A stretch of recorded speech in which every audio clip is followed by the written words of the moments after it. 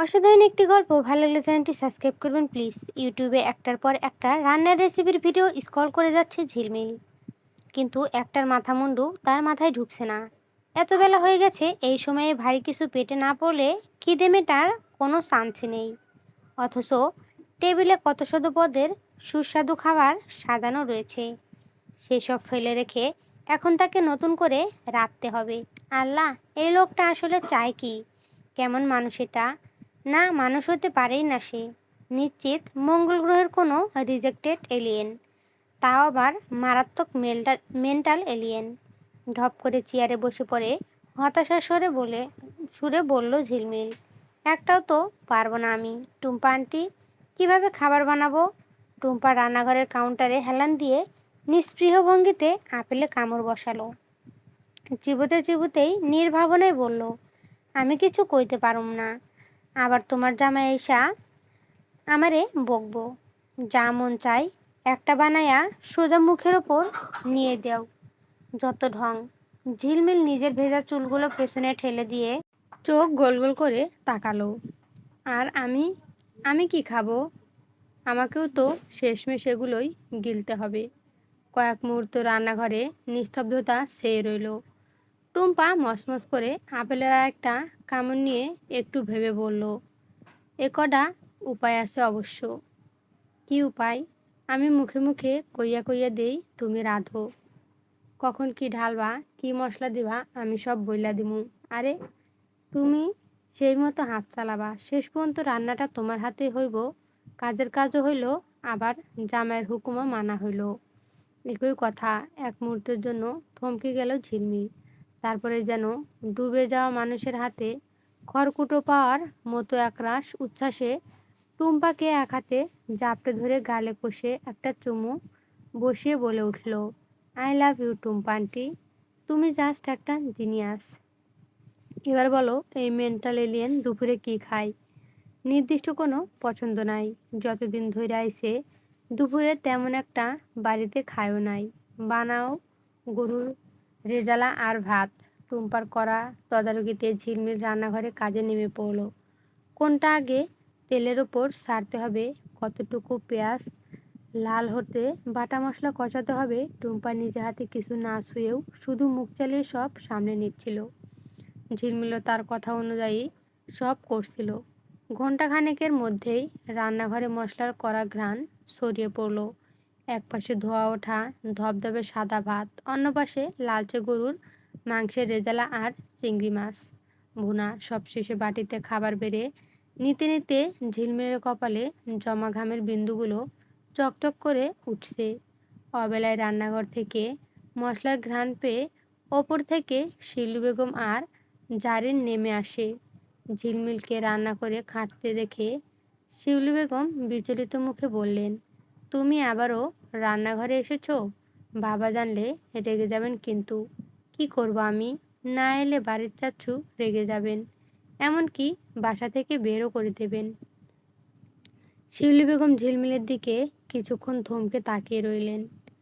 গলার স্বর কিছুটা গম্ভীর করে বললেন, কাকে চাচ্ছু বলছো তুমি? কথাটা শুনতেই এক মুহূর্তে চুপসে গেল ঝিলমিল। মাটির দিকে চোখ নামিয়ে মাথা নিচু করে ফেলল।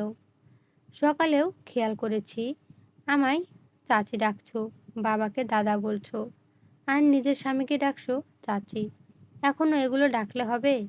কিছু বলল না ঝিলমিল, শুধু পায়ের নখ দিয়ে মেঝের টাইলস ঘষতে লাগলো। শিউলি বেগম ঝিলমিলের আরও কাছে গিয়ে পরম মমতায় গালে হাত রেখে বললেন, স্বামীকে কেউ চাচ্চু বলে? পাগল মেয়ে। বিয়ে যেভাবে হোক, তরঙ্গ তোমার স্বামী, তোমার সারা জীবনের সঙ্গী। আর যেন এসব না শুনি।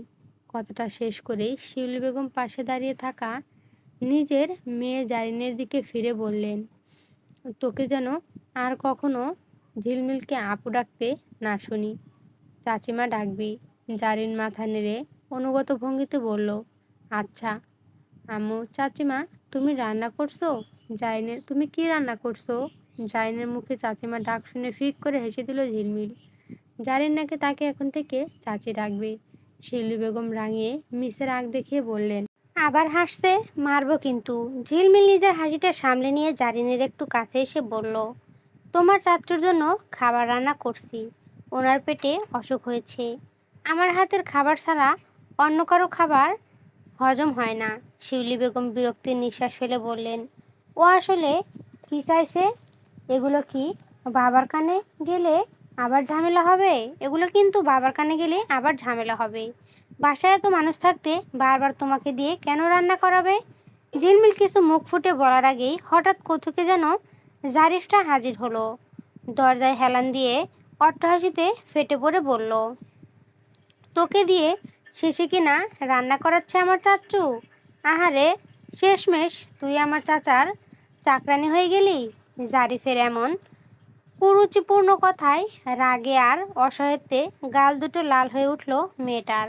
ঠোঁট কামড়ে নিজেকে সামলানোর চেষ্টা করলো সে। ঝিলমিল জবাব দেওয়ার আগেই শিউলি বেগম ছেলেকে ঝাঁঝালো গলায় বললেন, জারিফ, কেমন অসভ্যের মতো কথা বলছিস? যা এখান থেকে। যাব মানে? প্রচণ্ড খিদে পেয়েছে, খেতে দাও। দিচ্ছি, যা।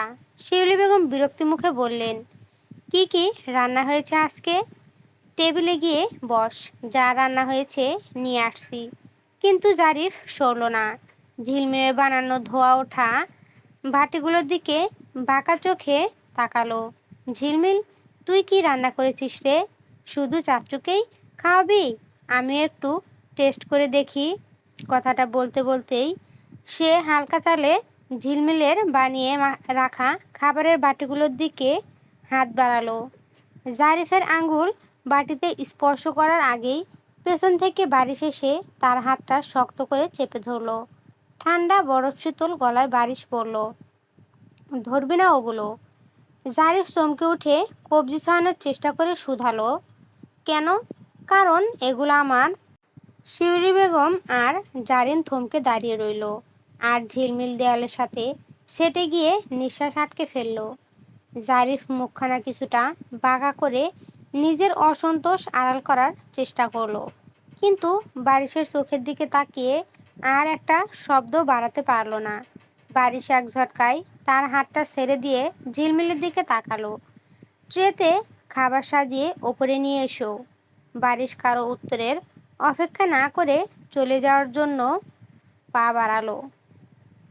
ঠিক তখনই চারপাশে থমথমে স্তব্ধতা চিরে স্ত্রীর কুণ্ঠিত কণ্ঠস্বর ভেসে এলো তার কানে, পাগলু, শোনো পাগলু। নিমেষে স্তব্ধ হয়ে গেল বারিশের দীর্ঘ পায়ের পদক্ষেপ। সোজা হয়ে দাঁড়িয়ে পড়ল সে, তবে পেছন ঘুরে তাকালো না। এক ইঞ্চিও নড়ল না তার শরীর, শুধু পিঠের পেশিগুলো টান টান হয়ে উঠল। শিউলি বেগম অবিশ্বাসের চোখে প্রথমে ঝিলমিল, তারপর বারিশের পিঠের দিকে তাকালেন। কি বলে এই মেয়ে? চাচ্চু রাখতে না করায় সোজা পাগলু? অন্য পাশে টুম্পা দুই চোখ কপালে তুলে হাঁ হয়ে ঝিলমিলের দিকে তাকিয়ে রইল। ওরে পোল্ট্রিবাস মেয়ে, একটু আগেও আমার পায়ের কাছে কান্নাকাটি কইরা কড়াকড়ি নালিশ ডাকলি মেন্টাল এলিয়েন, আর এখন হুট কইরা রং পাল্টায় গইলা জলয়ে সোজা পাগলু? মনে মনে আওড়ালো সে। সবচেয়ে মারাত্মক বিস্ফোরণটা ঘটল জারিফের ভেতর। বাকরুদ্ধ হয়ে দাঁড়িয়ে আছে ছেলেটা। বাড়ির ধীর গতিতে ঘাড় ফেরালো। কপালের ওপর দুটো সূক্ষ্ম ভাঁজ, গভীর থেকে গভীরতার তর। চোখের কোণে তীব্র এক বিভ্রান্তি ও বোধগম্যহীনতার ছায়া। ঝিলমিল প্রথমে একটু ইতস্ত করে পরক্ষণে ভয় আর সংশয় ধরে ফেলে একদম সোজা বারিশের সেই বিভ্রান্ত চোখের ওপর দৃষ্টি স্থির রাখল। গলার স্বর বেশ স্পষ্ট আর স্বাভাবিক রেখে বলল, হ্যাঁ, তোমাকেই ডাকছি। ওপরে না গিয়ে এখানে বসে খাই চলো। তুমি টেবিলে গিয়ে বসো, আমি খাবার আনছি। বারিশ এবার ভেতরে ভেতরে আরও অবাক হলো, তবে চেহারায় আর প্রকাশ করলো না। ঝিলমিল আর চোখে তাকালো জারিফের দিকে। জারিফের মুখটা তখন সত্যিই দেখার মতো। চল ঝুলে গেছে, চোখ দুটো রাগে কোটর থেকে বেরিয়ে আসার জোগাড়। বারিশ একবার জারিফের দিকে তাকিয়ে বিনা বাক্যে টেবিলে গিয়ে বসলো। ঝিলমিল আর দেরি করলো না।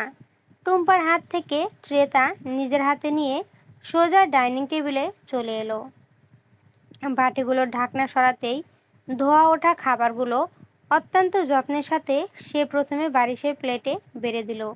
এরপর নিজের প্লেটেও পরিমিত খাবার বেড়ে নিয়ে বারিশের ঠিক পাশের চেয়ারটায় ঘেঁষে বসল। টেবিলের ঠিক অন্য পাশে এসে বসেছে জারিফ। তার থমথমে মুখটায় রাগের ছায়া স্পষ্ট। শিউলি বেগম ছেলের প্লেটে খাবার বেড়ে দিতে লাগলেন, কিন্তু থালার দিকে তাকানোর কোনো আগ্রহই যেন জারিফের নেই। জারিফের জ্বলন্ত দৃষ্টি সোজা আড়াআড়ি চোখে গিয়ে আটকে আছে ঝিলমিলের ওপর। খাবার মুখে তোলা তো দূরের কথা, ঝিলমিলের এই আত্মবিশ্বাসী ভঙ্গিটা তার গলায় যেন কাটা হয়ে বিঁধছে। এদিকে ঝিলমিল জারিফের সেই বিষাক্ত চাউনি পুরোপুরি উপেক্ষা করে বেশ শান্ত ভঙ্গিতে খাবার খাচ্ছে, যেন এই টেবিলে বারিশ আর সে ছাড়া আর কারো অস্তিত্বই নেই। নিজে হাতে খেতে পারবে নাকি খাইয়েও দিতে হবে, বাক্যটা বলে সে বারিশ। জারিফ দুজনকেই খোঁচা দিল। বারিশ আবারও জারিফের দিকে তাকালো, দেখল তার দৃষ্টি ঝিলমিলের ওপর। খেতে থাকা ঝিলমিলের হাত থামিয়ে দিয়ে উঠে দাঁড়িয়ে বলল, রুমে চলো। কেন? এখানে বসে খাই, এখানেই খাই বসে, প্লিজ। শুনলো না বারিশ।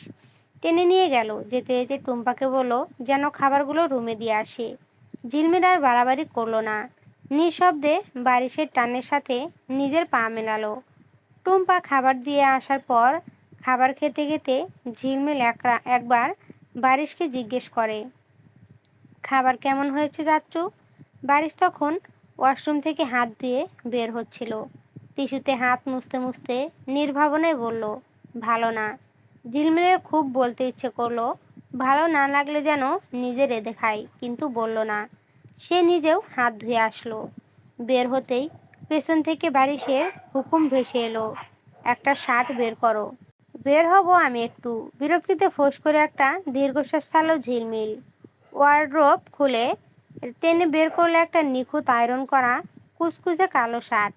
শার্টটা নিয়ে বারিশের সামনে গিয়ে বাড়িয়ে দিল, এই নিন। কিন্তু বারিশ কাপড়ে হাত দিল না। চোখের পলকে ঝিলমিলের বাড়িয়ে দেওয়া কবজিটা ধরে পিঠের পেছনে মুচড়ে ধরল। এত দ্রুত ঘটল যে ঝিলমিল সামলে ওঠার সুযোগই পেল না। পিঠের সাথে হাত ছেটে যেতেই ব্যথায় একটু কোঁকিয়ে উঠল সে। বারিশ তার কাছাকাছি এসে হাড় কাঁপানো কণ্ঠে ফিসফিস করে বলল, মানা করেছিলাম না চাচ্চু বলতে? টেল মি, কিসের প্রবলেম তোমার? ঝিলমিল ব্যথায় দাঁতে দাঁত চেপে বলল, আগে হাত ছাড়ুন, ব্যথা পাচ্ছি।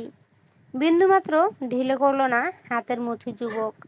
ঝিলমিলের চোখের দিকে তাকিয়ে রুহ গলায় বলল, আগে বলো তোমার কি সমস্যা? মেয়েটা এবার খানিক ক্লান্ত ভঙ্গিতে চোখ বুজল। তারপর একটা শক্ত নিঃশ্বাস ছেড়ে মুখ ফিরে বলল, কোনো সমস্যা নেই, আর বলবো না।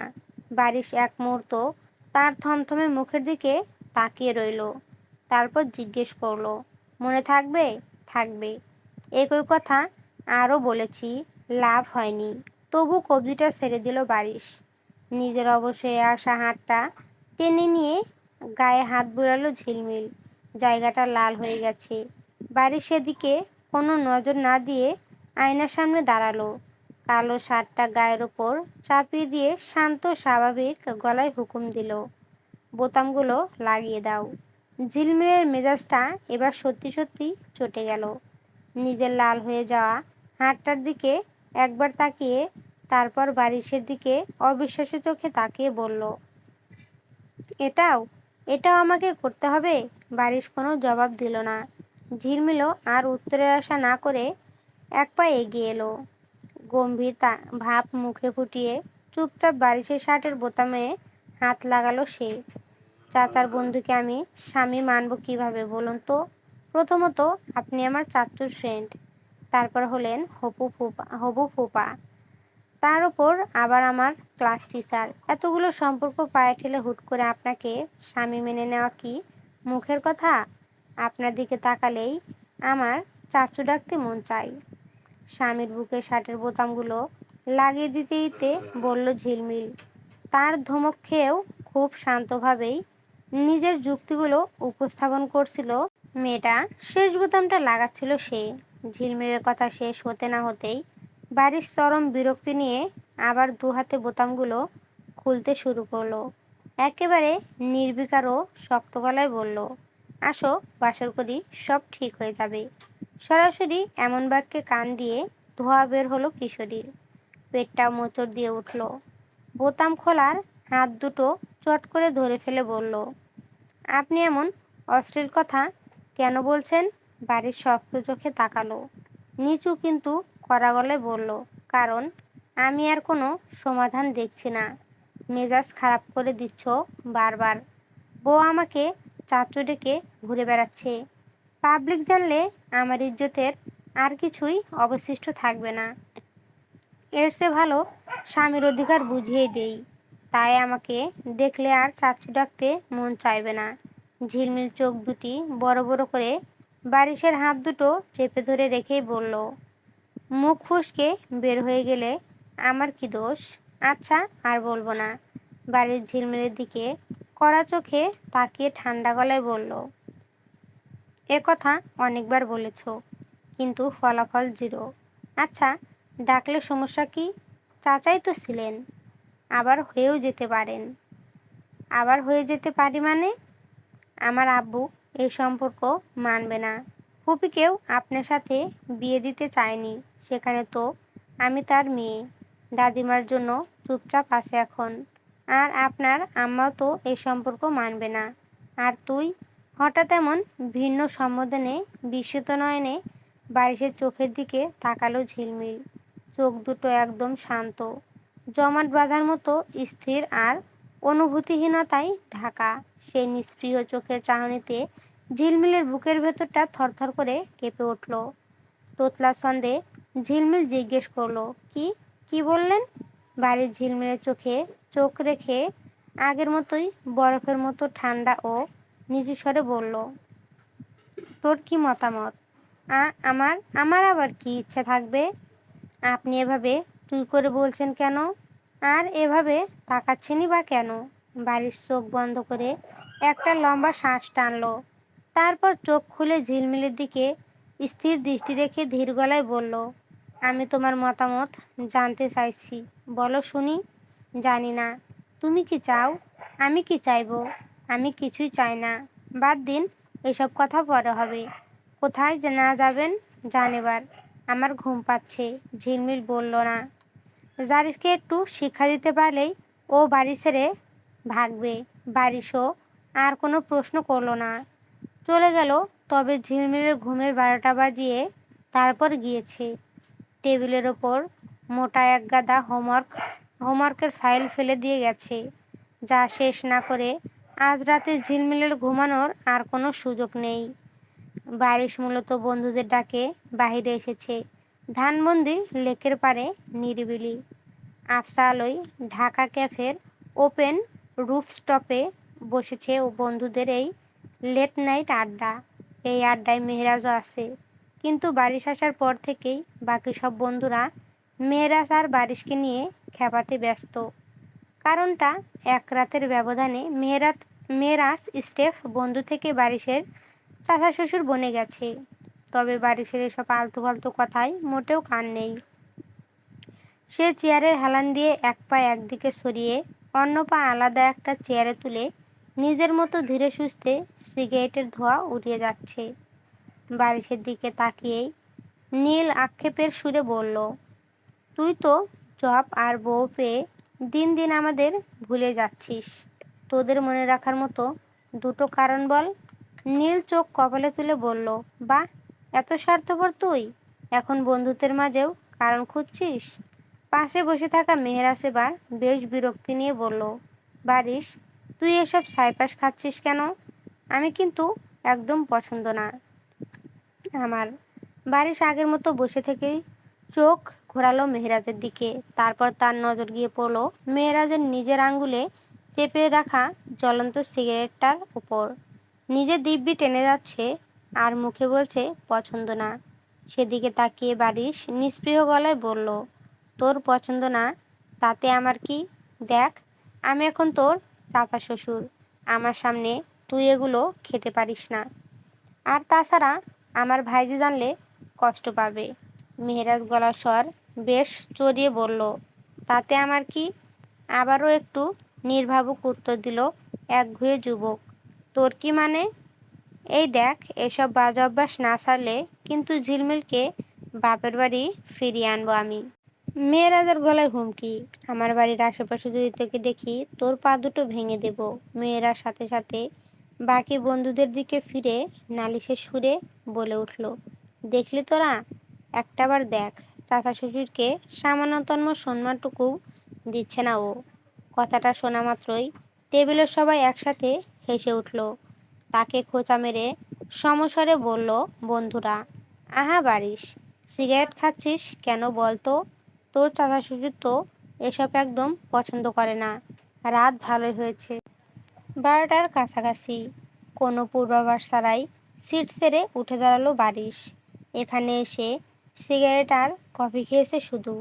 সে একটা ওয়েটারকে ডেকে বলল, সবার বিল আমার শ্বশুর দেবে, বলেই চলে গেল একদম। পেছন থেকে মেয়েরাজ গালাগালি করছে, বাকি বন্ধুরা হাসছে। সেসবে কান দিল না মেহরাজ। মেয়েরাজের বেপরোয়া ভাতিজি জামাই নিজের বাইকের চাবির তোড়াটা আঙ্গুলে নাচাতে নাচাতে রুফটপ থেকে নেমে গেল সে। বারিশ চলে যাওয়ার পর থেকেই মেয়েরাজ আর বেশিক্ষণ থাকলো না সেখানে। বন্ধুদের সবার বিল মিটিয়ে বাইক নিয়ে রাস্তায় বেরিয়ে পড়ল সে। বারিশের এমন খামখেয়ালি ব্যবহারে ভীষণ বিরক্ত মেহরাজ। বন্ধু হিসেবে বারিশের এই বেপরোয়া রূপ মেনে নেওয়া গেলেও নিজের ভাইয়ের মেয়ের জামাই হিসেবে তাকে কোনোভাবেই মেনে নিতে পারছে না মেহরাজ। তার পুতুলের মতো নিষ্পাপ ভাতিজি একটা মার্জিত ভদ্র আর সভ্য জামাই ডিজার্ভ করে, এমন একজন বাঁধনহারা লোক নয়। ভাবনা সুতোয় টান পড়ল হুট করেই। অন্ধকার রাস্তায় আচমকা তার বাইকের একদম সামনে এসে পড়ল একটা লোক। অপ্রত্যাশিত এই ঘটনায় ঘাবড়ে গিয়ে মেয়েরাজ কড়া ব্রেক কষল, কিন্তু সামলাতে না পেরে বাইক সহ উল্টে গিয়ে সোজা লোকটার গায়ের ওপর গিয়ে পড়ল সে। লোকটার নিচে আর সে ওপরে। ধরপড় করে মুখ তুলে তাকাতেই মেয়েরাজের চোখে পড়ল এক মধ্যবয়স্ক এক লোককে। বয়স 40-এর কোঠা পেরিয়েছে নিশ্চিত। লোকটি চোখ দুটো বুজে অস্পষ্ট গলায় বিড়বিড় করে বলে চলেছে, আমি আসছি বউ, এবার আমি সত্যি চলে আসব তোমার কাছে। লোকটার মুখ থেকে অসংলগ্ন বাক্যগুলো বের হতেই মেয়েরাজের মুখটা কুঁচকে গেল। বাতাস জুড়ে মদের বিশ্রী দুর্গন্ধ ভেসে আসছে। তড়িঘড়ি করে লোকটার উপর থেকে সরে এলো সে। পকেট থেকে চট করে মাস্কটা বের করে নাকে চেপে ধরল মেহরাজ। তারপর পা দিয়ে আলতো ধাক্কা মেরে লোকটাকে ডেকে বলল, এই যে ভাই, শুনছেন? উঠুন এখান থেকে। লোকটা চোখ না খুলেই বিড়বিড় করে বলল, আমাকে ডেকো না তো, আমি মরে গেছি। আমি এবার আমার বউয়ের কাছে যাব। মেয়েরাজ চারপাশটা এক নজর দেখে নিয়ে কড়া গলায় বলল, আপনি মরেননি, তবে এভাবে পড়ে থাকলে আর কিছুক্ষণ পর সত্যি সত্যি মরবেন। এটা হাইওয়ে, দ্রুত উঠুন এখান থেকে। কিন্তু লোকটা ওঠার কোনো নামই নিল না। রাস্তায় শুয়ে শুয়ে চোখ বুজে কী সব হাবিজাবি ফিসফিস করে বলেই চলল মাতাল বেটা।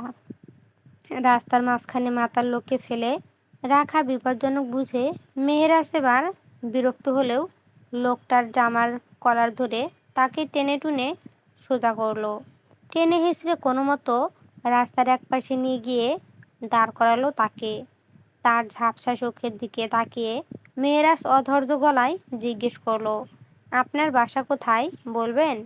লোকটা কিছুক্ষণ হাঁ করে তাকিয়ে থেকে হঠাৎ হেসে উঠল, জাহান্নামে। চোখ কুঁচকে বলল মেহেরাজ, মানে? জাহান্নামে আবার কারো বাসা হয় নাকি? হয় হয়, জীবনে বহু পাপ করেছি, ওইটা এখন আমার আসল বাসা। উফ, নাটক বন্ধ করে সোজা বলবেন ঠিকানাটা কোথায়? লোকটা কোনো সোজা উত্তর দিল না। নিজের পকেট থেকে অনেক কসরত করে ফোনটা বের করে মেহেরাজের দিকে বাড়িয়ে দিয়ে বলল, আমার মেয়ে জানে। মেহেরাজ আর কথা না বাড়িয়ে ফোনটা হাতে নিল। কন্ট্যাক্ট লিস্টে গিয়ে দেখলো মামুনি নামে একটা নাম্বার সেভ করা আছে। কোনো উপায় না পেয়ে সেই নম্বরে ডায়াল করে দিল সে। ওপাশ থেকে কল রিসিভ হতেই একটা সিমসাম মেয়েলি কণ্ঠ ভেসে এলো। হ্যালো বাবা, আমি এখন তোমাকে নিয়ে আসতে পারবো না। তুমি যেখানে আসো সেখানেই চুপচাপ ঘুমিয়ে পড়ো তো। মেয়েটার কণ্ঠ জোরালো, নিশ্চিত ঘুমিয়ে পড়েছিল।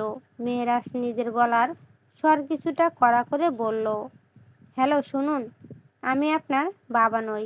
আপনার বাবা মাল খেয়ে টাল হয়ে হাইওয়েতে পড়ে আছে। আর একটু হলেই আমাকে সঙ্গে নিয়েই ওপরে চলে যেতেন। দয়া করে ড্রামা বন্ধ করে দ্রুত আপনার বাসার ঠিকানা বলুন। মেহেরাজের এমন শক্ত গলা শুনে কয়েক সেকেন্ড একদম নিস্তব্ধ হয়ে রইল ওপাশের মেয়েটি। হয়তো অপ্রস্তুত হয়ে পড়েছে। তারপর একটা দীর্ঘশ্বাস ফেলে দ্রুত বাসার ঠিকানাটা বলে দিল। কথা শেষ করে ফোনটা পকেটে পুরে নিল মেহেরাজ। রাস্তায় বাইকটা আছাড় খাওয়ার কারণে ওর নিজের ডান হাতের কনুইয়ের কাছটা কি বেশ কিছুটা ছিলে গেছে, জ্বলছে ভীষণ। তার ওপর এই বাড়তি ওজনের ঢলে পড়া একটা মানুষকে টেনে টুনে দাঁড় করাতে গিয়ে সে রীতিমতো হাঁপিয়ে উঠেছে। নিজের বাইকটা সোজা করে দাঁড় করিয়ে অমানসিক কষ্টে সেই মাতাল লোকটাকে টেনে বাইকের পেছনের সিটে তুলল। লোকটা যাতে পেছন থেকে গড়িয়ে পড়ে না যায় সেজন্য লোকটার দুটো হাত টেনে নিজের পেটের সাথে শক্ত করে মুড়িয়ে পেঁচিয়ে নিল মেহেরাজ। তারপর এক হাতে কোনোমতো বাইকের হ্যান্ডেল সামলে আর অন্য হাতে পেছনের মাতালটাকে শক্ত করে ধরে রেখে গন্তব্যের দিকে রওনা দিল সে। চলন্ত বাইকের হাওয়ায় মাতাল লোকটা নিজের সমস্ত ভার ছেড়ে দিয়ে সোজা মেহেরাজের পিঠে মাথা রেখে শান্তিতে ঘুমিয়ে পড়ল। পিঠের ওপর মদের দুর্গন্ধযুক্ত এই অনাকাঙ্ক্ষিত স্পর্শ পেয়ে মেহেরাজের পিত্তি জ্বলে গেল। দাঁতে দাঁত চেপে আকাশের দিকে মুখ করে বিড়বিড় করে উঠল সে, ওহ গড! মুভিতে নায়কের গাড়ির সামনে এসে পড়ে সুন্দরী নায়িকা, নায়ক গিয়ে নায়িকার ওপর পড়ে, অ্যাক্সিডেন্টাল কিস হয়, আর আমি গিয়ে পড়লাম পারফিউমহীন মাতালের ওপর। গভীর রাতে বাড়ি ফিরল বারিশ। ড্রয়িং রুমের বাতিটা জ্বালানোই ছিল। কদম ফেলতেই সোফায় বসে থাকা তার বাবা চঞ্চল শেহরিয়ারের মুখোমুখি হতে হলো ওকে। গলার স্বর গভীর করে চঞ্চল সাহেব জিজ্ঞেস করলেন, এত রাত অবধি কোথায় ছিলে? ভাবলেশীন মুখে উত্তর দিল বারিশ, বন্ধুদের সাথে। চঞ্চল সাহেবের চল শক্ত হয়ে এলো। ছেলের এই উদাসীনতা সহ্য করা কঠিন। নিজের স্বভাব এবার একটু বদলাও। নতুন বউকে ঘরে ফেলে রেখে তুমি রাত বিরাতে বাইরে আড্ডা দিয়ে বেড়াচ্ছ। এখন অন্তত নিজেকে পরিবর্তন করার চেষ্টা করো। তার স্বর কঠোর। বারিশ থামল, বাবার দিকে এক পলক চাইল। ওর চোখে মুখে বিন্দুমাত্র পরিবর্তনের তাগিদ নেই। ঠান্ডা গলায় জবাব দিল, পারবো না। আমাকে এভাবে মেনে নিয়ে যার থাকার সে থাকবে, আর না থাকার থাকলে সোজা চলে যাবে। চঞ্চল সাহেবের উত্তরের অপেক্ষা না করে সে নিজের রুমের দিকে হেঁটে গেল। চঞ্চল সাহেব দীর্ঘশ্বাস ফেলে বসে রইলেন। তারপর লাইট নিভিয়ে নিজের ঘরে শুতে চলে গেলেন। বারিশ রুমের দরজাটা লকটা খুলে ভেতরে ঢুকতে দেখল চারপাশ ঘুটঘুটে অন্ধকার। বারান্দা থেকে আসা সামান্য একটু হালকা আলোয় রুমের অবয়ব স্পষ্ট হচ্ছে কিছুটা। বিছানার দিকে তাকাতেই ওর চোখে পড়ল ঝিলমিল ঘুমিয়ে আছে। একটা কোলবালিশ শক্ত করে বুকের সাথে জড়িয়ে গায়ে চাদর টেনে শান্ত হয়ে শুয়ে আছে মেয়েটা। বারিশ ধীর পায়ে গিয়ে বিছানার পাশে দাঁড়ালো। নিঃশব্দে কিছুক্ষণ ঘুমন্ত মেয়েটার বিষণ্ণ মুখের দিকে নিষ্প্রাণ চোখে তাকিয়ে রইল সে। তারপর ঝিলমিলের কাঁধে হাত দিয়ে সামান্য ধাক্কা দিয়ে ডেকে তুলল। কয়েক মুহূর্ত পর ঘুম ঘুম চোখে খুব কষ্ট করে চোখ মেলল ঝিলমিল। আধো ঘুমের জড়ানো গলায় জিজ্ঞেস করলো, কি হয়েছে? বাড়ির সোজা দাঁড়িয়ে থেকে নিচু গলায় বলল, আমার খিদে পেয়েছে। ঝিলমিল সামান্য ভ্রু কুঁচকে তাকালো। গলার স্বর তখনও ভারী। তো খাবার গরম করে দাও। ঝিলমিল অন্ধকারের এক দৃষ্টে বারিশের মুখের দিকে তাকিয়ে রইল এক মুহূর্ত। কোনো প্রতিবাদ করল না, কোনো কড়া কথাও বলল না। শুধু লোকটার এই অসময়ের হুকুমটা মেনে নিতে না পেরে কেঁদে দিল। কলিং বেল বাজতেই দরজা খুলে দিল ইরান। চোখে তার রাজ্যের ঘুম। চুলগুলো উস্কো খুস্কো। কিন্তু দরজার ওপাশে দাঁড়ানো মানুষটাকে দেখা মাত্রই চোখের সমস্ত ঘুম পাখির মতো ডানা মেলে উড়ে গেল। চোখ দুটো বড় বড় হয়ে উঠল বিস্ময়ে। হতবাক হয়ে বলল, ভাইয়া আপনি? অপর পাশ থেকে মেহেরাজও বলে উঠল সমপরিমাণ বিস্মিত স্বরে, তুমি? মেহেরাজের কাঁধে তখন শরীরের পুরো ভার ছেড়ে দিয়ে ঝুলে আসেন ইরানের মাতাল বাবা সুলতান আহমেদ খোকন। অনবরত বিড়বিড় করে নিজের পুরনো দিনের কোনো হিসাব মেলানোর চেষ্টা করছেন। ইরান তড়িঘড়ি এগিয়ে এসে নিজের বাবাকে একপাশ থেকে চেপে ধরল। বাবার এক হাত মেহেরাজের কাঁধ থেকে সরিয়ে নিজের কাঁধে তুলে নিল। দুজন মিলে টেনে টুনে সুলতান সাহেবকে ড্রয়িং রুমের সোফাটার ওপর ফেলতেই লোকটা কাচের গ্লাসের মতো ধপাস করে কাত হয়ে পড়ল। মুখে এখনো আধো আধো বুলি, আমি খোকন, আমার সাথে চালাকি না। সোফায় বাবার পা দুটো তুলে দিতে দিতে ইরান একটা দীর্ঘশ্বাস ফেলে মেহেরাজের দিকে তাকিয়ে বলল, আপনি তাকে কোথায় পেলেন ভাইয়া? আমি পাইনি, সে আমার ওপর এসে পড়েছে। বাপকে মাতলামি করতে পাঠিয়ে দিয়ে নিজে আরাম করে ঘুমাচ্ছ? মাতাল বলবেন না আমার বাবাকে। রাস্তাঘাটে মাতলামি করে বেড়াচ্ছে আর মাতাল বললেই দোষ? ইরান আর কোনো উত্তর দিল না। মেয়েরাজ ঘরের এদিক ওদিক একবার চোখ বুলিয়ে নিয়ে হঠাৎ প্রশ্ন করল, তোমার মা কোথায়? প্রশ্নটা শুনতেই যেন খানিকটা চুপসে গেল ইরান। এবারও মুখ খুলল না সে। মেয়েরাজ তখনও উত্তরের অপেক্ষায় স্থির দৃষ্টিতে তাকিয়ে আছে ইরানের মুখের দিকে। নেই। অবশেষে ইরান নিচু গলায় বলল, কোথায় গিয়েছে? যেখানে গেলে আর ফেরে না সেখানে। একটু থমকালো মেহেরাজ, গলা খাকারি দিয়ে বলল, ও আই এম সরি, বুঝতে পারিনি আমি। এতক্ষণে মেহেরাজের মাথায় পুরো বিষয়টা ঢুকলো। রাস্তায় আসার সময় মাতাল লোকটা কেন বারবার বউয়ের কাছে চলে যাব বলে বিড়বিড় করছিল, তার আসল কারণ এতক্ষণে পরিষ্কার হলো। হঠাৎ ইরানের নজর গিয়ে আটকালো মেহেরাজের হাতের ক্ষতের ওপর। সে সোজা এগিয়ে এসে মেহেরাজের হাত স্পর্শ করে উদ্বিগ্ন গলায় বলল, আপনার তো অনেকখানি কেটে গিয়েছে, জ্বলছে নিশ্চয়ই, বসুন আমি ওষুধ লাগিয়ে দিচ্ছি। কথাটা বলে সে ফার্স্ট এইড বক্সটা আনতে যেতে নিলে মেহেরাজ তাকে ডেকে মানা করে, কোনো দরকার নেই, আমি ঠিক আছি, এখন বাসায় যেতে হবে। কিন্তু ইরান কোনো কথা না শুনে সোজা গিয়ে দরজায় লক লাগিয়ে দিল। না, আগে ওষুধ লাগিয়ে দেব, তারপর যাবেন। অগত্যা বাধা না দিয়ে মেহেরাজ চুপচাপ বসে রইল। ইরান দ্রুত ফার্স্ট এইড বক্সটা নিয়ে এসে মেহেরাজের হাতের ক্ষতে অংশে যত্ন করে ওষুধ লাগাতে লাগলো। ছেলেটা একবার নিবিষ্ট মনে কাজ করতে থাকা ইরানের দিকে আর একবার সোফার ওপর উপর হয়ে শুয়ে থাকা লোকটার দিকে তাকালো। গম্ভীর স্বরে জিজ্ঞেস করলো, এখানে তোমরা দুজনেই থাকো? জি ভাইয়া। তোমাকে না বলেছি আমাকে ভাইয়া নয় চাচ্চু ডাকবে? ইরানের মুখ তুলে চাইলো। কেন? ঝিলমিল আর তুমি আমার চোখে সমান, তাই। ইরানের হাত থামলো না, কিন্তু চোখ দুটো চকচক করে উঠল। মুখ তুলে ঠান্ডা গলায় বলল, তাহলে আপনাদেরও পারিবারিক সম্পত্তির ভাগও আমাকে দিয়েন। কেন? মেয়েরাজের কণ্ঠে বিস্ময়। আপনি তো বললেন ঝিলমিল আর আমি আপনার কাছে সমান, তাহলে সব সমানে সমান দেবেন। মেহেরাজ হাতটা কিছুটা সরিয়ে নিয়ে সোজা হয়ে বসলো। দেখো, আমি মজা করছি না, আমার গার্লফ্রেন্ড আছে, তাই এসব করে কোনো লাভ নেই।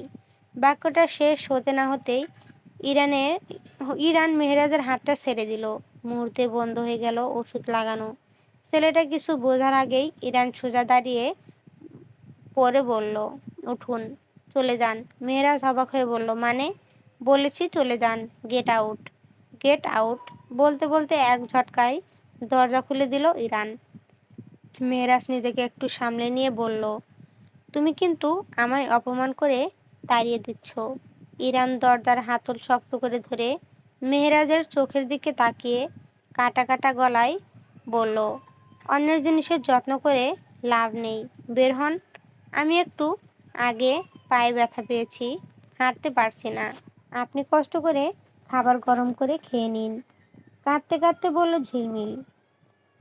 কিন্তু নিস্তার মিলল না। কথাটা শেষ করে মুখটা অন্যদিকে ফিরিয়ে নেওয়ার আগেই বারিশ নিজের দুই সুগঠিত পেশিবহুল বাহুতে ঝিলমিলকে পাদাকোলা করে তুলে নিল। হুট করে শূন্যে ভেসে উঠে আতঙ্কে চিৎকার করে উঠতে চেয়েছিল বেচারি ঝিলমিল, দু হাতে আঁকড়ে ধরে বারিশের শার্টের কলার। কিন্তু কিছু একটা বলার আগে স্বামীর কটকট চোখের রক্তচক্ষু দেখে শব্দটা গলার কাছেই আটকে গেল। বারিশ তাকে কোলে নিয়েই ধীরে ধীরে কিচেনের দিকে হেঁটে যায়। তারপর ঝিলমিলকে সাবধানে নামিয়ে দিয়ে ঠান্ডা গলায় বলে, এবার গরম করে দাও। কান্না চেপে দাঁতে দাঁত গুঁজে খাবার গরম করলো ঝিলমিল, প্লেটে বেড়েও দিল। কিচেনের এক পাশে রাখা ছোট ডাইনিং টেবিলটায় বসে নীরব দর্শকের মতো মেয়েটার প্রতিটি নাড়াচাড়া পর্যবেক্ষণ করছিল বারিশ। প্লেটটি টেবিলের উপর নামিয়ে রেখে ঝিলমিল যেমন নিঃশব্দে এসেছিল তেমনই নীরবে প্রস্থান করতে চাইল। গটগট করে পা বাড়ানোর আগেই যেন মাথার ওপর দ্বিতীয় বোমটা ফাটালো বারিশ। খাইয়ে দেবে আমাকে একটু? পা দুটি যেন তৎক্ষণাৎ মেঝের সাথে শক্ত করে জমে গেল ঝিলমিলের। সে ধীর পায়ে পেছনে ফিরল। কান্নায় ভিজে থাকা চোখ দুটোতে এতক্ষণ যে ভয় ছিল সেখানে এখন জমাট বাঁধছে বিরক্তির আর এক অদ্ভুত বিস্ময়। আপনি কি ছোট বাচ্চা?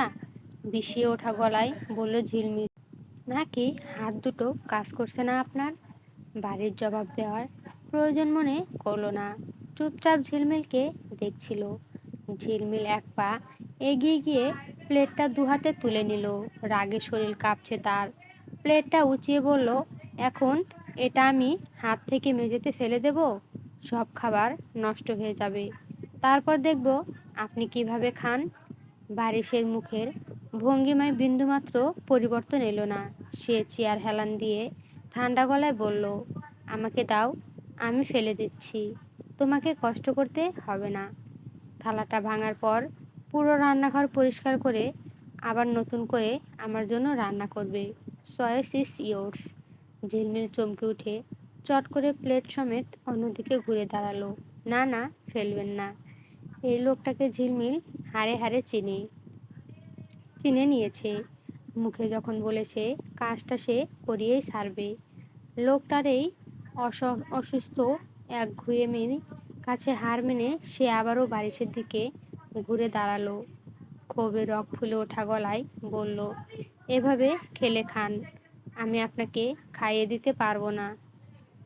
আপনি জানেন বাসায় আমাকে আম্মু নয়তো দাদিমা খাইয়ে দিত, মাঝে মাঝে আব্বু, সেখানে আমি আপনাকে রেঁধে দিচ্ছি। এর চেয়ে বেশি আর কিচ্ছু করতে পারবো না আমি। কথাগুলো শুনে বারিশ নিঃশব্দে চেয়ার ছেড়ে উঠে দাঁড়ালো। ঝিলমিলও বিষণ্ণ ক্লান্ত মুখের দিকে কিছুক্ষণ স্থির দৃষ্টিতে তাকিয়ে থেকে গম্ভীর কণ্ঠে বলল, আচ্ছা থাক, লাগবে না। বলে সে কিচেনের বাইরে পা বাড়ালো। লোকটা বারিশকে এভাবে হঠাৎ উঠে চলে যেতে দেখে ঝিলমিল হতবাক হয়ে গেল। মেজাজ আর ধরে রাখতে পারল না, পেছন থেকে ডেকে উঠল, কোথায় যাচ্ছেন? খাবেন না? না। বারিশের কণ্ঠে স্পষ্ট অনীহা। তাহলে এই খাবার কি করব? ফেলে দাও। মাঝরাতে ঘুম থেকে তুলে এত মানসিক অত্যাচার করে খাবার গরম করালো আর এখন বলছে খাবে না। রাগে কষ্টে ঝিলমিলের গায়ে আগুন ধরে গেল। সে দ্রুত পায়ে গিয়ে বারিশের পথ আটকে শক্ত করে চেপে ধরল তার বাহুটা। আচ্ছা আসুন, আমি খাইয়ে দিচ্ছি, আসুন। ঝিলমিলের স্পর্শে থমকে দাঁড়িয়ে পেছনে ঘুরে তাকালো বারিশ। কিচেনের বাইরে পুরোটাই নিঝুম অন্ধকার। এখন ওরা লিভিং রুমের সীমানায় দাঁড়িয়ে। সেই অন্ধকার ঘরে কেবল কিচেন থেকে এক চিলতে আবছা হলুদ আলো এসে পড়েছে ওদের ওপর। সেই আলোয় ঝিলমিলের ফর্সা বিষাদগ্রস্ত মুখের সাথে তার বিরল হ্যাজেল রঙের চোখের মণি দুটো অদ্ভুত এক আকলতায় চিকচিক করছে। বারিশ নিজের দৃষ্টি সরিয়ে নিল মেয়েটার চোখ থেকে। ঝিলমিলের মৃদু স্পর্শ সেরে নিজের বাহু ছাড়িয়ে নিয়ে নিঃশব্দে গিয়ে বসলো লিভিং রুমের বড় ডাইনিং টেবিলটায়। কিচেন থেকে ভেসে আসা আবছা আলোটুকু সেখানেও কিছুটা ছড়িয়ে আছে। ঝিলমিল নীরবে কিচেনে ফিরে গেল। প্লেটটা তুলে এনে টেবিলের উপর রাখলো। তারপর খাবার মেখে প্রথম লোকমাটা তুলে নিল হাতে। বারিশের মুখের সামনে হাত বাড়িয়ে দিয়ে কিছুটা খোঁচা মেরেই বলল, হাঁ করতে পারবেন, নাকি এটাও আমাকে করিয়ে দিতে হবে? বারিশ বাক বিতণ্ডায় গেল না, চুপচাপ হাঁ করলো। ঝিলমিল বেশ সাবধানে খাবারটুকু মুখে তুলে দিতে চেয়েছিল, কিন্তু অন্ধকারের কারণে হোক কিংবা হাতের কাঁপুনিতে খাবারের অর্ধেকটা বারিশের মুখে গেল আর বাকি অর্ধেকটা গড়িয়ে পড়লো শার্টের ওপর। এই মুহূর্তে এক মুহূর্তের জন্য দুজনেই থমকে গেল। দুজনের মনের একসাথে বিরক্তি ফুটে উঠল। একজনের মনে হলো লোকটা কি ঠিক মতো খেতেও জানে না, আর অন্যজনের মনে হলো একটা মানুষকে ঠিক মতো খাইয়ে দেওয়ার যোগ্যটুকু মেয়েটার নেই। চুপচাপ খেয়ে যাচ্ছে বারিশ, তার দৃষ্টি ফোনের নীল স্ক্রিনে। ঝিলমিল ক্ষণে ক্ষণে বারিশের দিকে তাকাচ্ছে আর অস্বস্তিতে আবার চোখ ফিরে নিচ্ছে অন্য কোনো দিকে। জারিফের জন্য আজ তাকে কত কি সহ্য করতে হচ্ছে। আগে যদি একটু বুঝতে পারতো তবে এতটা বড় ভুল সে কিছুতেই হতে দিত না। আর এখন এই দুদিনের মাথায় যদি সে হেরে চলে যায়, জারিফের কাছে সারা জীবনের জন্য হাসির পাত্র হয়ে থাকতে হবে। জারিফকে যে কোনো মূল্যে তাকে বোঝাতে হবে যে সে তার চাচার সাথে খুব সুখে আছে। বারিশকে এভাবে সেধে সেধে খাইয়ে দেওয়ায় একমাত্র কারণই জারিফ। রান্নাঘর থেকে বারিশ বের হওয়ার সময় দোতলার করিডোরে ঝিলমিল আফসা আলোয় জারিফকে দাঁড়িয়ে থাকতে দেখেছিল। এজন্যই টেনে ধরে এনে লোকটাকে খাওয়াচ্ছে সে। না হলে এই কঠিন মেন্টাল এলিয়েন লোকটাকে সে নিজের হাতে খাইয়ে দিচ্ছে, এমন দৃশ্য তো স্বপ্নের ভেতরেও অবাস্তব। পরদিন সকালে কলেজের জন্য তৈরি হচ্ছিল ঝিলমিল। তার আগে রুটিনে যা যা ছিল তা অক্ষরে অক্ষরে পালন করিয়েছে বারিশ তাকে। অর্থাৎ আজও তাকেই নাস্তা বানাতে হয়েছে। ঝিলমিল এখনো আয়নার সামনে দাঁড়িয়ে শরীর দুলিয়ে বেশ চঞ্চল ভঙ্গিতে ইউনিফর্মের বেলটা আটসাট করে বাঁধছিল সে। তখনই আচমকা এক ধাক্কায় বাঁ দিকে সরে গেল। কোনো মতে নিজেকে সামলে সোজা হয়ে দাঁড়ালো মেয়েটা। ডান দিকে ঘুরতে দেখে বারিশ ড্রেসিং টেবিলের পূর্ণ আয়না দখল করে নিজের চুল পেছনে সেট করার চেষ্টা করছে। ঝিলমিল রাগে মুখ বাঁকিয়ে বলে উঠল, আপনি আমাকে এভাবে ধাক্কা মেরে সরিয়ে দিলেন কেন? বারিশ আয়না থেকে চোখ না সরিয়েই গম্ভীর গলায় বলল, একজন মানুষের তৈরি হতে কতক্ষণ লাগে? আমার সারাদিন লাগবে, তাতে আপনার কি? কথা কম বলে দ্রুত চুল বাঁধো, নয়তো ফেলে রেখে চলে যাব, আর ক্লাসে দেরিতে পৌঁছালে কানে ধরে দাঁড় করিয়ে রাখবো। কপাল কুঁচকে লোকটার দিকে তাকিয়ে রইল ঝিলমিল। আজ একটা অফ হোয়াইট শার্টের সঙ্গে কালো প্যান্ট পরেছে সে। চুলগুলো কিছুক্ষণ পর পর জেলের স্পর্শে পেছনে পাঠাতে চাইছে, কিন্তু সেগুলো বারবার নাসরবান্দার মতো কপালে লুটিয়ে পড়ছে। লোকটার এই বৃথা চেষ্টা দেখে মনে মনে বেশ মজা পাচ্ছিল সে। এমনিতে লোকটার কোনো কিছুতে খামতি নেই, কিন্তু তা বলে এতটা উঁচু কেন হতে হবে? কাছে এসে দাঁড়ালে একদম দানব দানব লাগে। আচ্ছা, আপনার উচ্চতা কত? নিজের অজান্তেই প্রশ্নটা ছুড়ে দিল ঝিলমিল। বারিশ হালকা ভ্রু কুঁচকে তাকালো। কিসের? ঝিলমিলের কপালের ভাঁজ আরও গাঢ় হলো। কিসের আবার? আপনার? 6'3" শুনে মুহূর্তের মধ্যেই মিইয়ে গেল কিশোরী। নিজের উচ্চতা যে তার টেনে টুনে মাত্র 5'3"। চৌধুরী গ্রুপ অফ ইন্ডাস্ট্রিজের বিশাল হেড অফিসের পরিবেশ বদলে দেওয়ার জন্য আজ আগমন হলো দিঘির।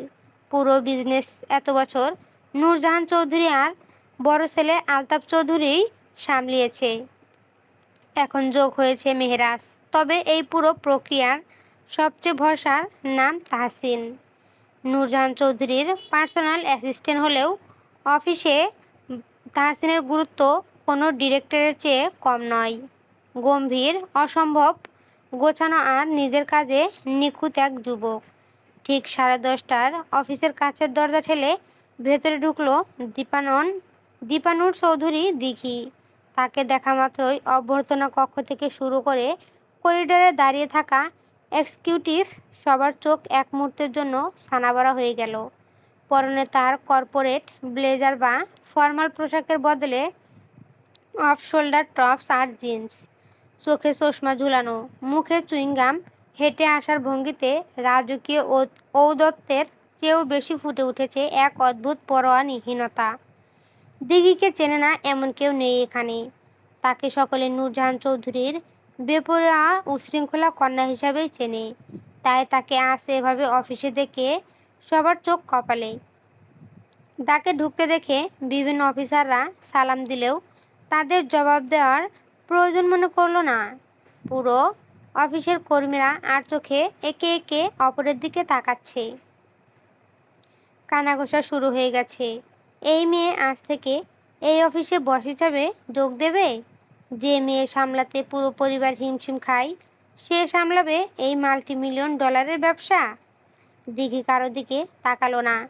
তার চোখ সোজা গিয়ে থামল নূরজাহান চৌধুরীর কেবিনের বাইরে, নিজস্ব ডেস্কটায় বসা তাহসিনের ওপর। তাহসিন ফাইলের পাতা উল্টাচ্ছিল। দিঘিকে দেখেও সে খুব একটা অবাক হলো না। মুখ তুলে কেবল একটা পেশাদার সৌজন্য বজায় রেখে বলল, ম্যাম, ভেতরে আসেন, আপনার জন্যই অপেক্ষা করছি। দিঘি এক পা এগিয়ে এসে তাহসিনের টেবিলের ওপর 2 হাত ভর দিয়ে ঝুঁকে দাঁড়ালো। চোখ দুটো একটু ছোট করে ঠোঁটের কোণে বাঁকা হাসি ফুটিয়ে বলল, ম্যাম, অপেক্ষা করছেন নাকি তুমি? এটা প্রফেশনাল জায়গা, ম্যাম। এখানে অন্তত নিজের ব্যবহারটা ঠিক রাখুন। ম্যাম বলাটা বন্ধ করো তো, শুনতে অসহ্য লাগে। তাহসিন কোনো উত্তর দিল না। সোজা হয়ে দাঁড়িয়ে শুধু কেবিনের দরজার দিকে ইশারা করলো, ভেতরে যাওয়া দরকার আপনার। আলতাফ স্যার আর মেহরাজ স্যারও উপস্থিত আছেন। দিঘি এক নজর তাহসিনের নির্লিপ্ত মুখের দিকে তাকালো। বুক চিরে একটা নীরব দীর্ঘশ্বাস বেরিয়ে আসলেও চোখে মুখে আবার সেই আগের অবাধ্য অভদ্র ভাবটা ফিরিয়ে আনলো। সোজা হয়ে দাঁড়াতেই ব্ল্যাক অপিয়াম এর মাখনের মতো মিষ্টি তীব্র ঝাঁঝালো সুবাসটা ভেসে এলো তার শরীর থেকে। ঘ্রাণটা তাহসিনের টেবিল জুড়ে ছড়িয়ে দিয়ে দিঘি বড় বড় পদক্ষেপে কেবিনের দরজার হ্যান্ডেল ঘুরিয়ে ভেতরে ঢুকে গেল। তাহসিন কিছুক্ষণ বন্ধ দরজাটার দিকে তাকিয়ে রইল। তারপর একটা ঠান্ডা নিঃশ্বাস ফেলে আবার নিজের কাজে ডেস্কে ফিরে গিয়ে কাজে ডুবে গেল। কনফারেন্স টেবিলের মাঝখানে বসা নূরজাহান চৌধুরী, তার ডান পাশে আলতাফ চৌধুরী, হাত দুটো বুকের ওপর আড়াআড়ি করে বাঁধা, চল শক্ত। বাঁ পাশে মেহরাজ ফাইল খুলে পাতা উল্টালেও ও চোখ দুটো স্থির হয়ে আছে বোনের ওপর। দিঘি কেবিনে ঢুকেই সোজা হেঁটে গিয়ে নূরজাহান চৌধুরীর ঠিক বিপরীতে ডিরেক্টরদের জন্য নির্ধারিত একখানা খালি রিভলিং চেয়ার টেনে বসলো। চেয়ারে একটু হেলে পড়ে এক পায়ের ওপর আর এক পা তুলে দিল সে। আলতাফ সাহেব আর সহ্য করতে পারল না, শক্ত গলায় বলে উঠল, বসার শিষ্টাচারটুকু কি তোকে ধরে ধরে শেখাতে হবে দিঘি? তুই কোনো রেস্টুরেন্টে আসিসনি, এটা চৌধুরী গ্রুপের মেইন বোর্ড রুম। দিঘি চুলগুলো এক ঝটকায় পেছনে ফেলে অলস ভঙ্গিতে আলতাফের দিকে তাকালো। আলতাফ ভাই, সকাল সকাল হাই প্রেশারের ওষুধ খাওনি? থামো আলতাফ। আলতাফ সাহেব কিছু বলতে চাইলেন, তবে তার আগেই নূরজাহান চৌধুরীর একটাই আদিসূচক শব্দে সে চুপসে গেল। তিনি চশমাটা খুলে টেবিলের ওপর রেখে ঠান্ডা তীক্ষ্ণ দৃষ্টিতে দিঘির দিকে তাকিয়ে রইলেন কয়েক সেকেন্ড। দিঘি চুইংগামটা গালে চিপে মৃদু হেসে বলল, সবাই এভাবে তাকিয়ে আছো কেন? শো শেষ। এখন থেকে প্রতিদিন এই ড্রেস কোড আর এই মুখটাই সহ্য করতে হবে তোমাদের। এটা তোমার বাবার তৈরি করা অফিস, কোনো ক্লাব ঘর নয়। অভদ্রতা বাইরে রেখে কাজে মন দাও। নূরজাহান চৌধুরী বললেন, কাজে মন দিতে এসেছি মা। আমার নিজের একটা আলাদা পার্সোনাল কেবিন চাই, একদম রিভার ভিউ ফেস করা সাউথ কর্নারের কেবিনটা। আজ বিকেলের মধ্যেই ওটা আমার নামে রেডি হওয়া চাই। আলতাফ এবার টেবিল চাপড়ে দাঁড়িয়ে পড়ল। তুই কি পাগল হয়েছিস দিঘি? সাউথ কর্নারের কেবিনটা আমাদের ইন্টারন্যাশনাল ক্লায়েন্টের প্রজেক্ট ব্রিফিংয়ের জন্য ব্যবহার করা হয়। তুই অফিসে পা রেখেই নিজের নামে কেবিন দাবি করছিস। আলতাফের রাগ এক বিন্দু পাত্তা না দিয়ে সে খুব আয়েশ করে নিজের বাম হাতটা চোখের সামনে তুলে ধরল। তার হাতের নখগুলো নিখুঁতভাবে কাটা, একদম ধারালো অ্যালমন্ড শেপ করা, তাতে লাগানো গাঢ় কালচে বেগুনি mat nail polish.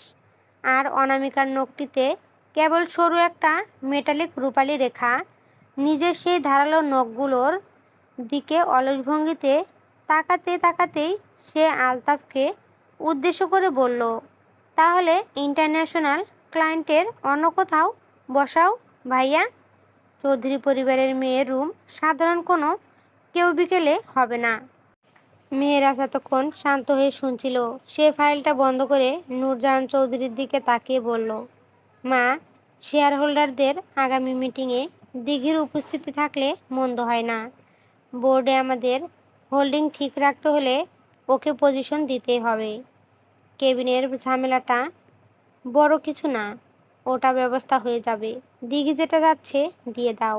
Nurjahan Chowdhury এক মুহূর্ত চুপ করে দিঘির দিকে তাকিয়ে রইলেন। মেয়ের এই অদম্য জেদ আর অবাধ্যতা তার বেশ চেনা। তিনি ঠান্ডা গলায় বললেন, কেবিন পাবে, তবে কেবিনে বসে কেবল চুইংগাম ফেলালে চলবে না। টেক্সটাইল প্রজেক্টের যে কাজ তোমাকে দেওয়া হবে, কাল সকাল 9টার মধ্যে তার প্রোগ্রেস রিপোর্ট আমার টেবিলে চাই। দিঘির ঠোঁটের কোণে বিজয়ের হাসি ফুটে উঠল। সে সোজা দাঁড়িয়ে বলল, প্রজেক্ট রিপোর্ট পেয়ে যাবে মা, তবে আর একটা কথা, আমার ফাইলের লেনদেন আর কেবিনের কাজ সামলানোর জন্য নতুন কোনো অ্যাসিস্ট্যান্টের দরকার নেই। তোমার পিএ তাহসিনই আমার এই কাজগুলো ক্লিয়ার করবে। নূরজাহান চৌধুরীর চোখের কোণ হালকা সংকুচিত হলেও তিনি কিছু বললেন না। দিঘি বের হয়ে এলো সেখান থেকে। দরজার হ্যান্ডেলে হাত দিয়ে পেছনে ফিরে এক পলক তাকিয়ে বলল, বিকেলে কেবিনের চাবি যেন তাহসিনের হাতে থাকে। লেট হলে কিন্তু আমি আবার একটু অভদ্র হয়ে যাব। কথাটা শেষ করেই এক ঝটকায় দরজা খুলে বেরিয়ে গেল সে। বাইরে তাহসিন তখনও কম্পিউটারে চোখ রেখে শান্ত মনে কাজ করছিল। দিঘিটা টেবিলের সামনে এসে দাঁড়ালো। আবারও ঝুঁকে পড়ে ঠোঁটের কোণে কুটির হাসি ফুটিয়ে ফিসফিস করে বলল, শুনেছ নিশ্চয়ই, সাউথ কর্নারের কেবিনটা আজ থেকে আমার।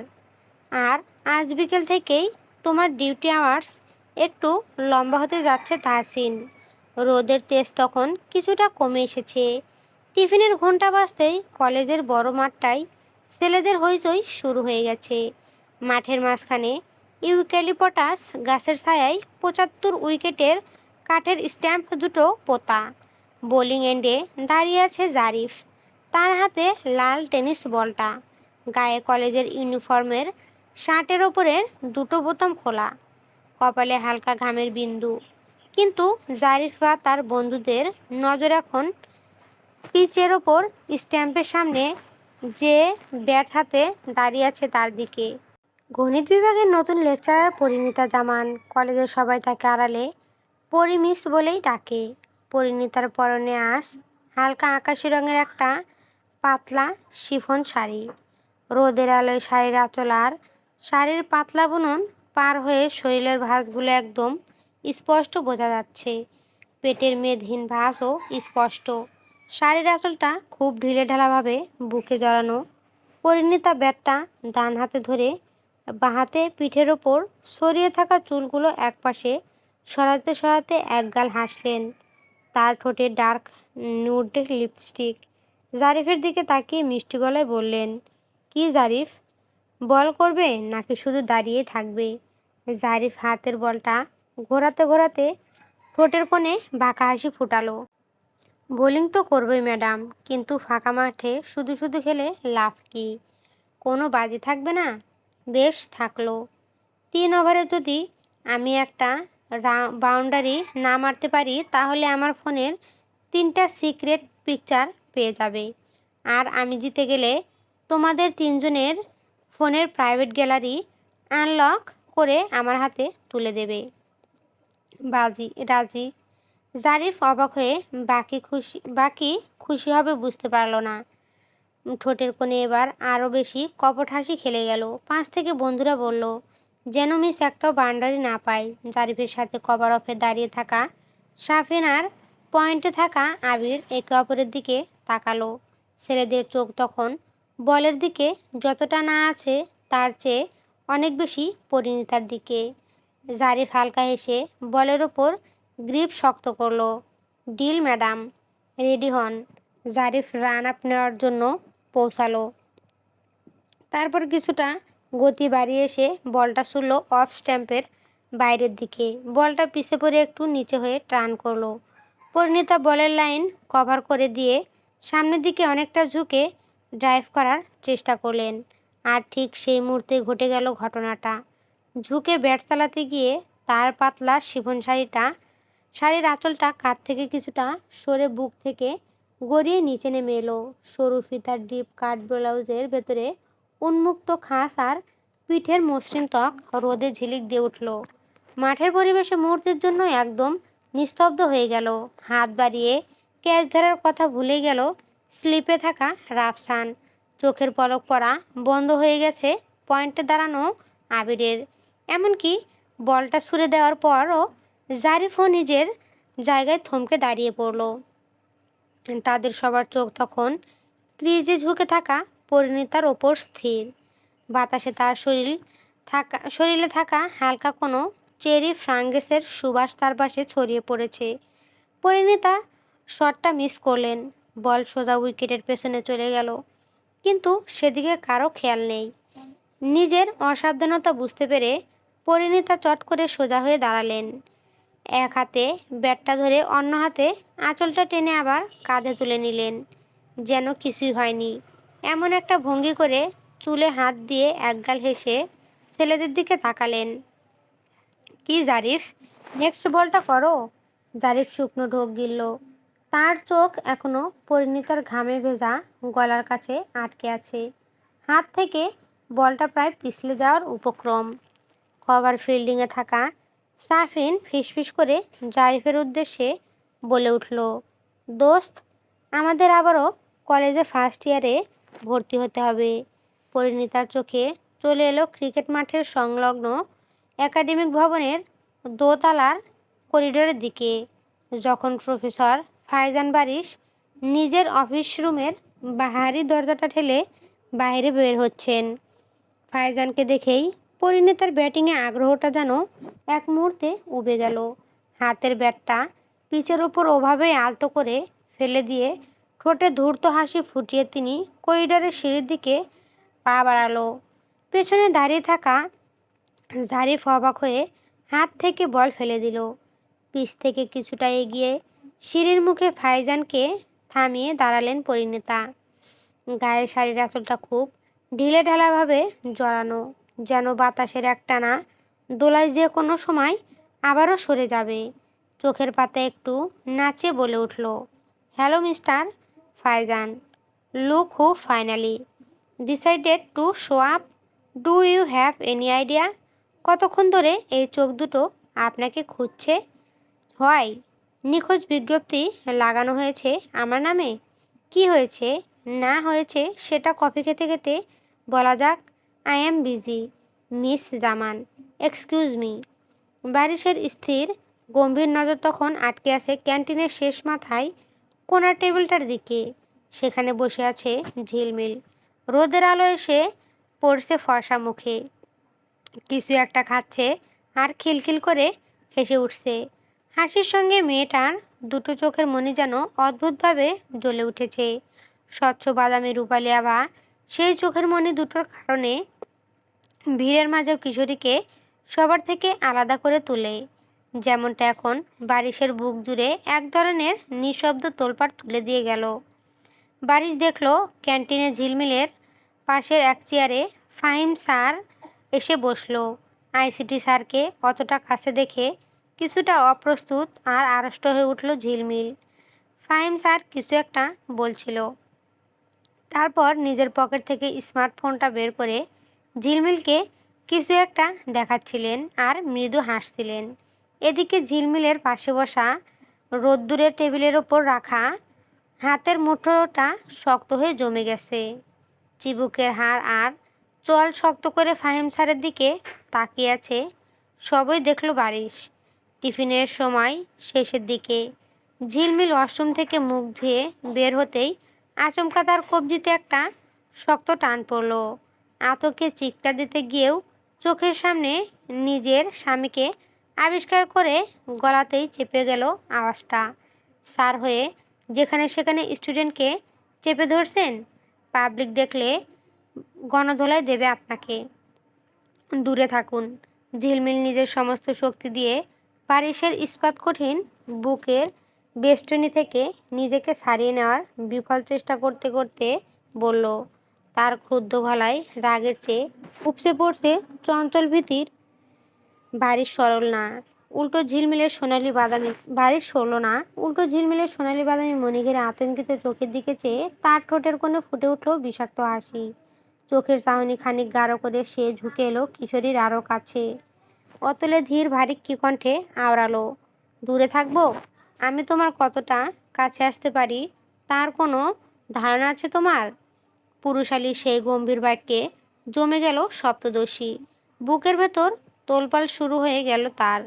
শুকনো একটা ঢোক গিলে বেকুল গলায় কিশোরী আবারও বলে উঠল, সরুন, কেউ দেখে ফেলবে আমাদের। দেখুক, তাতে কার কি যায় আসে? এখানে কেউ জানে না আমাদের সম্পর্ক। না জানলে এখন জানবে। যুবকের কণ্ঠে কোনো রকম ইতস্ত করার ছোঁয়া নেই। না জানলে? জানলে কি? বাক্যখানা কেড়ে নিয়ে বারিশের গলার স্বর এবার কিছুটা চড়ে গেল। শান্ত চাউনিতে খুলে গেল হিংস্র ঈর্ষার ঝলক। দাঁতে দাঁত চেপে বিষাক্ত মেজাজে শুধালো, জানলে তোর আইসিটি স্যার দুঃখ পাবে? সে কেন দুঃখ পাবে? আর পেলেই কি? দেখুন, সমস্যা হলো। ঝিলমিল একটু থমকে গেল। কথাটা সে মুখ থেকে ফুটল না। তার সাবেক প্রেমিক জারিফকে ছেড়ে সে যেই জারিফের আপন চাচাকেই বিয়ে করে বসে আছে, এই সত্য পুরো ক্যাম্পাস তাকে কতটা নোংরা চোখে দেখবে। কি হলো, থামলে কেন? কিছু না, ক্লাসে যাব, ছাড়ুন আমাকে। কি ক্লাস এখন? আইসিটি। বারিশ তাকে ছাড়লো তো নাই, বরং সেভাবে চেপে ধরে রেখে পকেট থেকে ফোনটা বের করলো। প্রিন্সিপালকে ডায়াল করে ঝিলমিলের চোখের দিকে তাকিয়েই অত্যন্ত শান্ত গলায় বলল, স্যার, একাদশ শ্রেণীর ঝিলমিল হঠাৎ একটু অসুস্থ হয়ে পড়েছে, ছুটি যাচ্ছিল। ঝিলমিল কিছু একটা বলতে যেতেই বারিশ এক হাতে শক্ত করে চেপে ধরল তার মুখ। দিয়ে দাও। ওপাশ থেকে প্রিন্সিপালের সায় এলো, ধন্যবাদ স্যার। আসলে আমারও আজকের মতো ক্লাস শেষ, কিছু জরুরি কাজ আছে। আমি কি একটু আগে বের হতে পারি? নো প্রবলেম, তুমি যেতে পারো। লোকটা কি অনায়াসে একের পর এক মিথ্যা বলে গেল। মুখের ওপর থেকে তার শক্ত হাতটা সরিয়ে হাঁপাতে হাঁপাতে বলল, ঝিলমিল, এটা কি ধরনের রসিকতা? আমি কখন অসুস্থ হলাম? এই এখন সংক্ষিপ্ত উত্তর বারিশের। কথা শেষ হতেই ঝিলমিলের কোনো অজুহাত না শুনে তাকে টানতে টানতে করিডর দিয়ে নিয়ে চলল সেই। যাওয়ার পথে পাশ কাটিয়ে যাওয়া এক পিয়নের উদ্দেশ্যে হুকুমের সুরে বলল, ঝিলমিল, ক্লাসরুম থেকে ওর ব্যাগটা নিয়ে আমার গাড়ির কাছে নিয়ে এসো। ডিরেক্ট। অফিসের বিশাল কাচের টেবিল জুড়ে বেশ কিছু গুরুত্বপূর্ণ ফাইল ছড়ানো। চশমার ফাঁক দিয়ে ফাইলগুলো গভীর মনোযোগ দিয়ে ব্যস্ত সময় কাটাচ্ছিল আলতাফ চৌধুরী। ঠিক তখনই টেবিলে রাখা ফোনটা ভাইব্রেট করে উঠল। স্ক্রিনে ভেসে উঠেছে এক অচেনা নম্বর। ফাইল থেকে চোখ না সরিয়েই স্পিকার অন করেই কলটা রিসিভ করলেন তিনি। আসসালামু আলাইকুম স্যার। চিনতে পেরেছেন? ওপাশ থেকে ভেসে এলো অত্যন্ত বিনয়ী নম্র এক যুবকের কণ্ঠ। আলতাফ চৌধুরী কলমটা টেবিলে রেখে সামান্য ভ্রু কুঁচকালেন। ওয়ালাইকুম আসসালাম। না ভাই, ঠিক চিনতে পারলাম না। কে বলছেন আপনি? স্যার, আমি আপনার স্টুডেন্ট ফাহিম মীর। ফাহিম নামটা শুনতেই আলতাফ চৌধুরীর গম্ভীর মুখের অবয়ব এক মুহূর্তে বদলে গেল। একগাল হেসে উঠলেন তিনি। আরে, মাই ডিয়ার স্টুডেন্ট, কেমন আছো তুমি? কতদিন পর অনেক ভালো আছি স্যার। আপনি কেমন আছেন? আমিও বেশ ভালো আছি। তা বলো, কী খবর তোমার? পড়াশোনা শেষ করে এখন কী করছো? আলতাফ চৌধুরীর কণ্ঠে একজন অভিভাবক তুল্য শিক্ষকের কৌতূহল ও স্নেহ ঝরে পড়ল। ওপাশ থেকে হালকা একটু হেসে ফাহিম উত্তর দিল, স্যার, আমি আপাতত আপনার মেয়ের শিক্ষকতা করছি। কথাটা শুনে আলতাফ চৌধুরী একটু চমকে উঠলেন। মানে, কিসের শিক্ষকতা? মানে, আমি এখন ঝিলমিলের কলেজের আইসিটি ইনস্ট্রাক্টর। Fine sir. চলবে? নেক্সট পার্টের জন্য কমেন্ট করবেন প্লিজ। কেউ বাজে কমেন্ট করবেন না।